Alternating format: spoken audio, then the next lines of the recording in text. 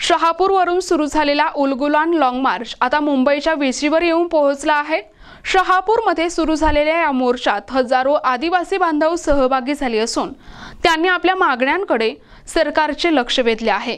सरकारने चर्चेसाठी तयार असल्याचं पत्र दिल्यास मोर्चा थांबवू अशी भूमिका आदिवासी बांधवांनी घेतली आहे। आपल्या विविध मागण्यांसाठी आदिवासी बांधवांनी उलगुलान लॉंग मार्चचे आयोजन केले आहे। गेल्या अनेक दिवसांपासून हे आदिवासी बांधव पायी चालत असून आता ते मुंबईच्या वेशीवर पोहोचले आहेत। सरकारने या मागण्यांकडे दुर्लक्ष केल्यास तीव्र आंदोलन करण्याचा इशारा त्यांनी दिलाय। सरकारने चर्चेसाठी सकारात्मक प्रतिसाद न दिल्यास पूर्व द्रुतगती मार्ग रोखण्याचा, मुंबईचे पाणी बंद करण्याचा तसेच रेल्वे रूळ उखडून टाकण्याचा इशारा आदिवासी बांधवांनी दिला आहे। या आंदोलनामुळे सरकारची चांगलीच कोंडी झाली आहे। आता सरकार यावर काय भूमिका घेणार याकडे सर्वांचे लक्ष लागले आहे। वेशीवर दाखल झालेला आहे, परंतु आता मुंबईपर्यंत पोहोचण्यासाठी तुम्हाला संघर्ष करावा लागतो, काय सांगाल? हे जाणून बुजून हे सरकार हे गेंड्याच्या खात्रीचं सरकार आहे। खरं म्हणजे यांना आदिवासी दयामय नाही। हे जरांगे बिरांगेचे आंदोलन राहतात ना, त्याच्या पुढे पुढे कुत्र्यासारखे पळतात ते लोक, राजकीय लोक, परंतु आदिवासीच्या बाजूने कोणी येत नाही। पोलीस अधिकारी वला साहेबांनी सांगितलं 4 वाजता तुमची शिष्टमंडळाची वेळ आहे, मुख्यमंत्री कार्यालयातून निरोप आहे। मग म्हणता तुम्हाला पत्र द्या आम्हाला 4ची वेळ, तर अजून पत्र आलं नाही। आता माझा स्वतःचा संयम सुटत चाललेला आहे। शहापूरपासून इथपर्यंत पाय पाय आलोय, कोणी लक्ष दिलं नाही। पायाला फोड आले तरी कोणी लक्ष देत नाही, परंतु ते जाणून बुजून कटकारस्थान करतंय। पोलिसांना पुढे करून आमचं आंदोलन दडपण्याचा प्रयत्न चालू आहे, परंतु आम्ही दडपू देणार नाही। ही आरपारची लढाई लढू आणि त्या हैदराबादच्या गॅजेटच्या माध्यमातून तुम्हाला त्या मराठा समाजाला काय कुणबीतून कुठून काय जरी देऊन टाका, आम्हाला काय घेणं नाही।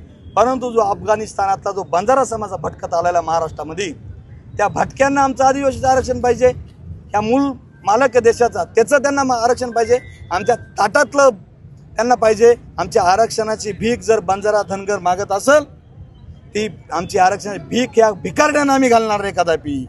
आरपारची लढाई लढू। त्यासोबत आमचे पेसाचे काही विषय, पेसाचे भरत्या होतून ते झाले पाहिजे। त्यासोबत आमचे 6 जुलै 2017 बोगस आदिवासींच्या विरोधात निकाल दिला माननीय सुप्रीम कोर्टाने। बोगसांनी बळकवल्या जागा खाली करून खऱ्या पदभरती करावी, हा निकालाची अजून त्यांनी अंमलबजावणी। आमचा छोटा बिंदू आहे, बिंदू नामावलीमध्ये छोटा बिंदू 2 वरून 8 वरती नेला।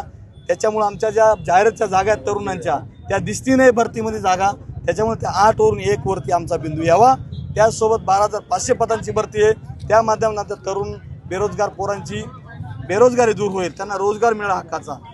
आश्रमशाळा वसतिगृहाचे प्रश्न आहेत, वन जमिनी गायरान जमिनीचे प्रश्न हे सगळे सुटले पाहिजे आणि मुख्यतः आमचं आरक्षण वाचलं पाहिजे।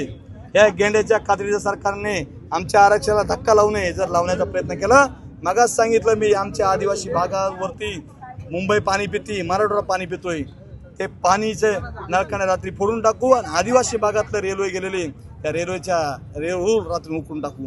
आणि आता जर पोलीस प्रशासनाच्या माध्यमातून जर या गेंड्याच्या खात्रीच्या सरकारने आम्हाला आता फसवायचा प्रयत्न केला, काल फसवलंय, मग आता त्या फसवणुकीचा आम्ही आता बदला घेऊ थोड्या वेळात। मग पुरा महाराष्ट्र बघल उलगुलान काय असतं, आमच्या क्रांतिकारकांनी काय उलगुलान केलंय, राघोजी बांगरे, बिरसा मुंडा, राया ठाकरे, नागेकर काय उलगुलान केलं, हे तुम्हाला सगळ्यांना दाखवून देईल। आणि आज आम्ही इतिहास रचून टाकू। झेलात गेलो तरी चालेल आणि मरण आलं तरी चालेल, पण या गेंड्याच्या खात्रीच्या सरकारला शरण जाणार नाही। NTV news Marathi, Mumbai.